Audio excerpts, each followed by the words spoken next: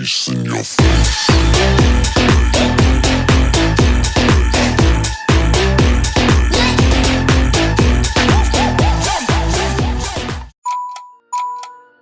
Assalamualaikum warahmatullahi wabarakatuh. Hari ini saya ingin menjelaskan tentang legitimasi teori ya. Sebelumnya saya pernah menjelaskan beberapa macam teori-teori di video yang pernah saya buat sebelumnya ya.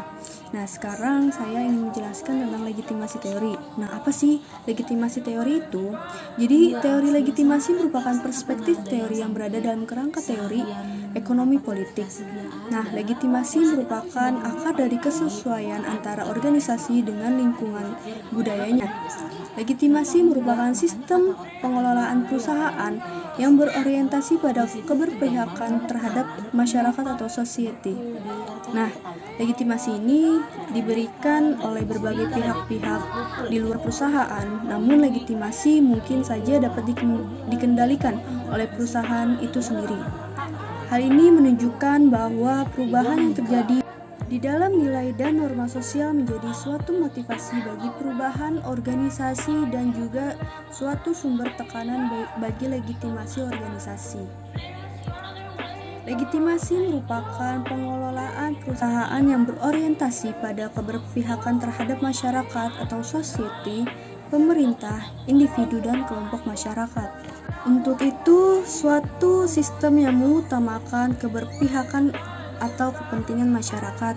Operasi perusahaan harus sesuai dengan harapan dari masyarakat. Legitimasi dapat diperoleh manakala terdapat kesesuaian antara keberadaan perusahaan tidak mengganggu atau sesuai dengan eksistensi sistem nilai yang ada dalam masyarakat dan lingkungan. Dasar pemikiran teori ini adalah organisasi atau perusahaan akan terus berlanjut keberadaannya jika masyarakat menyadari bahwa organisasi beroperasi untuk sistem nilai yang sepadan dengan sistem nilai masyarakat itu sendiri. Kembangan tingkat kesadaran dan peradaban masyarakat membuka peluang meningkatnya tuntutan terhadap kesadaran kesehatan lingkungan. Nah, suatu organisasi mungkin menerapkan 4 strategi legitimasi ketika menghadapi berbagai ancaman. Untuk menghadapi kegagalan kinerja perusahaan, langkah yang harus dilakukan adalah yang pertama yaitu mencoba untuk mendidik stakeholder tentang tujuan organisasi untuk meningkatkan kinerjanya.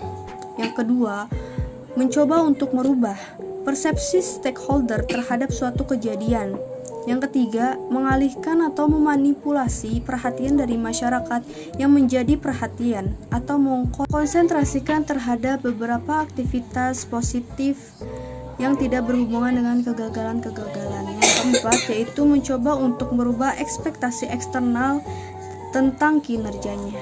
Organisasi dapat menggunakan 4 strategi legitimasi ketika organisasi menemui ancaman legitimasi.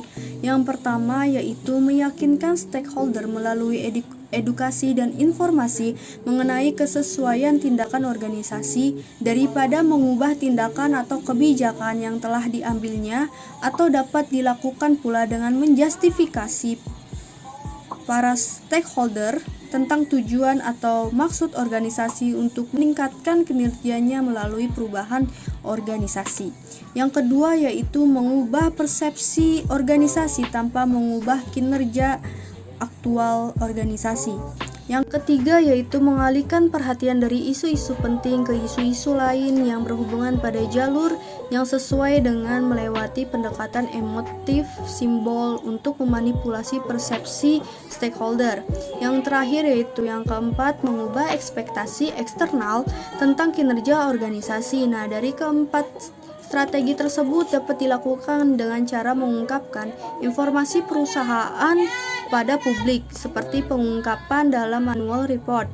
Nah, teori legitimasi dalam bentuk umum memberikan pandangan penting terhadap praktik pengungkapan sosial perusahaan.